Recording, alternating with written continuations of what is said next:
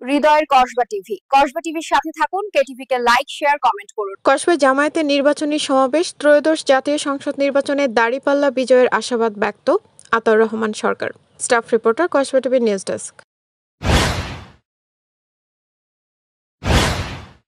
শুনছিলেন সংবাদ শিরোনাম, এখন বিস্তারিত। কসবা টিভি।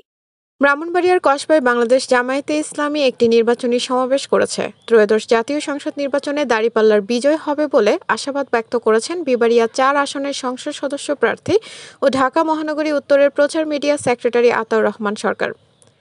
১২ সেপ্টেম্বর শনিবার সকালে কসবা উপজেলার বিনাউটি ইউনিয়নের নেমতাবাদ মাদ্রাসা মাঠে আয়োজিত সাধারণ সভায় প্রধান অতিথির বক্তব্যে তিনি বলেন, অতীতের সকল গ্লানি মুছে আমাদের সামনে এগিয়ে যেতে হবে। এদেশের মানুষ পরিবর্তন চায়, আর সেই পরিবর্তন আসবে জামায়াতের হাত ধরেই।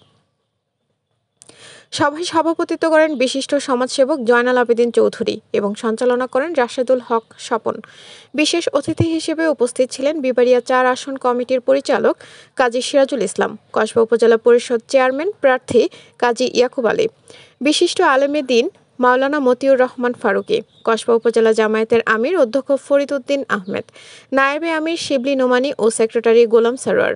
এছাড়া বক্তব্য রাখেন মাওলানা সাইফুল ইসলাম শাহিন, মাওলানা আব্দুল হালিম, সাবেক ইউপি মেম্বার মজুমিয়া, আব্দুর রহমান মুন্সি, কবির আহমেদ ভুইয়া, রাজু আহমেদ, আব্দুল লতিফ ও ঈদন মিয়া সহ স্থানীয় নেতৃবৃন্দ।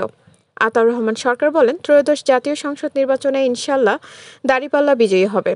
এদেশের শান্তিপ্রিয় মানুষ সৎ, যোগ্য, দেশপ্রেমিক ও আল্লাহভীরু জামায়াতের নেতৃত্ব বেছে নেবেন। সমাবেশকে কেন্দ্র করে স্থানীয় নেতাকর্মীদের মধ্যে উৎসাহ উদ্দীপনা লক্ষ্য করা গেছে।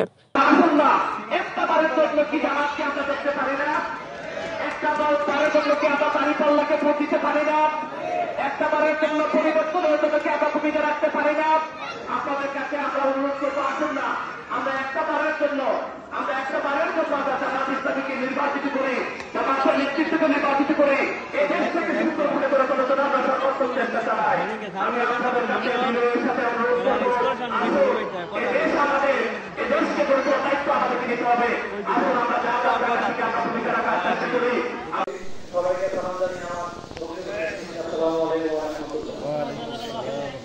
আমাদের মধ্যে উপস্থিত হয়েছেন আজকের অনুষ্ঠানে হৃদয়ের কসবা টিভির সাথে থাকুন। কেটিভিকে লাইক, শেয়ার, কমেন্ট করুন। শুনছিলেন বিস্তারিত। কসবা টিভি।